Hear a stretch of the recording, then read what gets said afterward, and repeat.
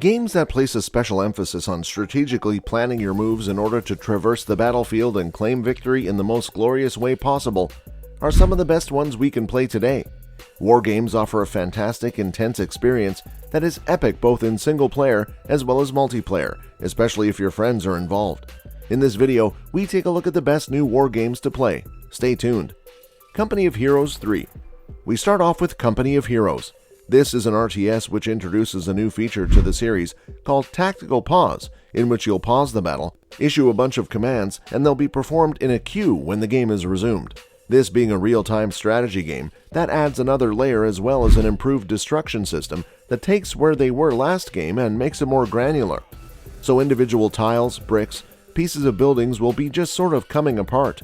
The game's orienting itself towards the Mediterranean. It's also got a huge vehicle roster from tanks to recon vehicles and even repair vehicles that you can go out on the battlefield and repair and steal vehicles that the enemy has abandoned on the warfield. It is an impressive looking game from developer Reich Entertainment, which will be landing on the PC sometime later this year. Isanzo. Isanzo is a World War I first-person shooter taking place on alpine peaks and idyllic towns in northern Italy. While the game doesn't exclusively take place in mountains, the mountain idea adds a lot of different tactical considerations and makes it a fairly unique sounding game. As you know, we've seen a million World War I and World War II games, but in terms of footage, this one actually kind of succeeds in at least looking like something a little bit different.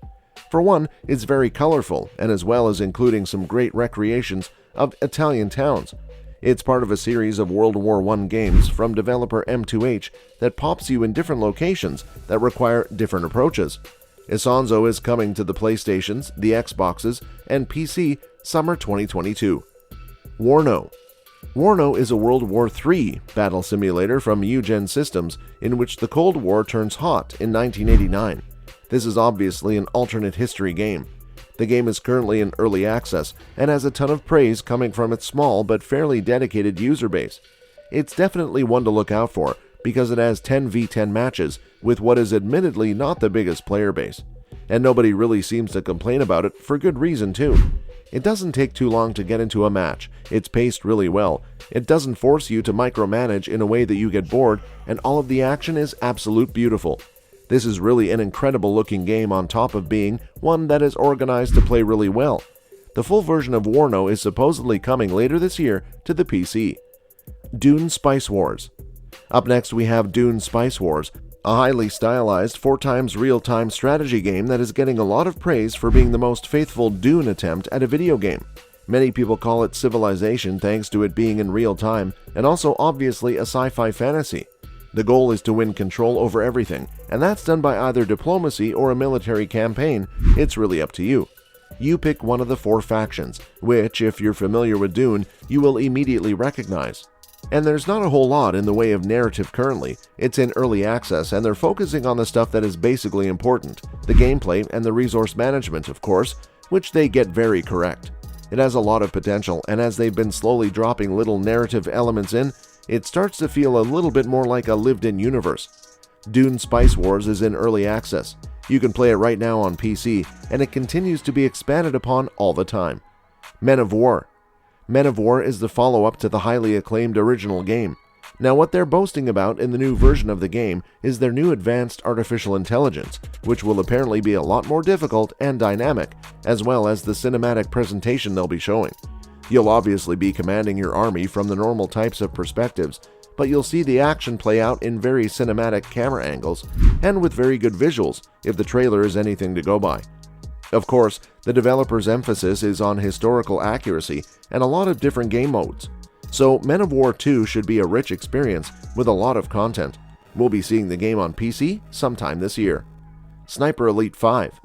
Sniper Elite is a very recent release that takes a wide-open battlefield approach to 1944 France, in which you'll be sniping your way through the Nazi-occupied countryside.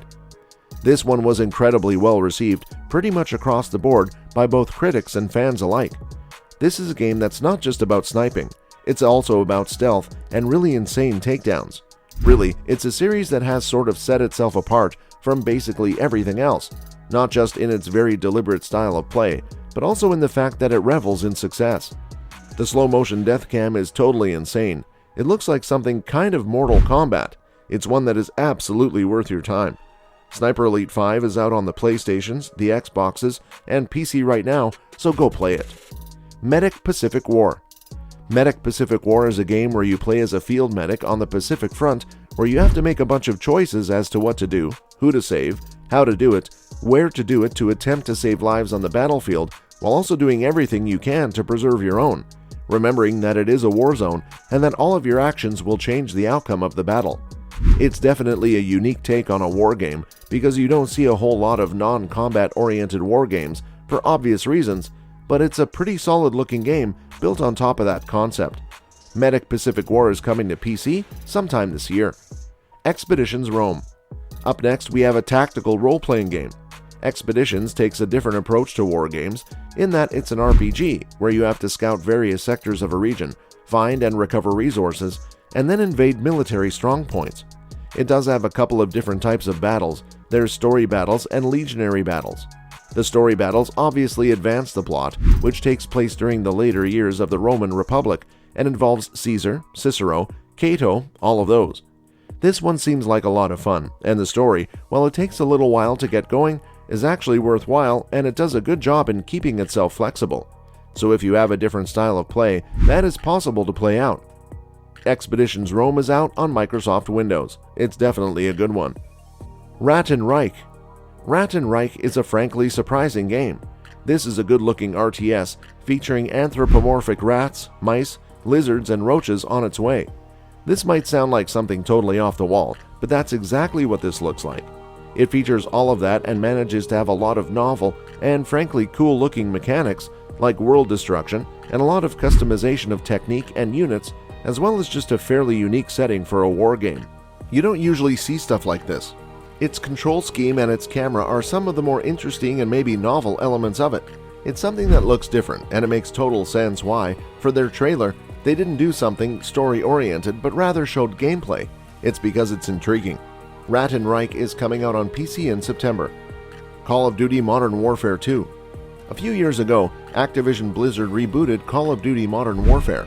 This is the sequel in this rebooted timeline, and it's pretty exciting.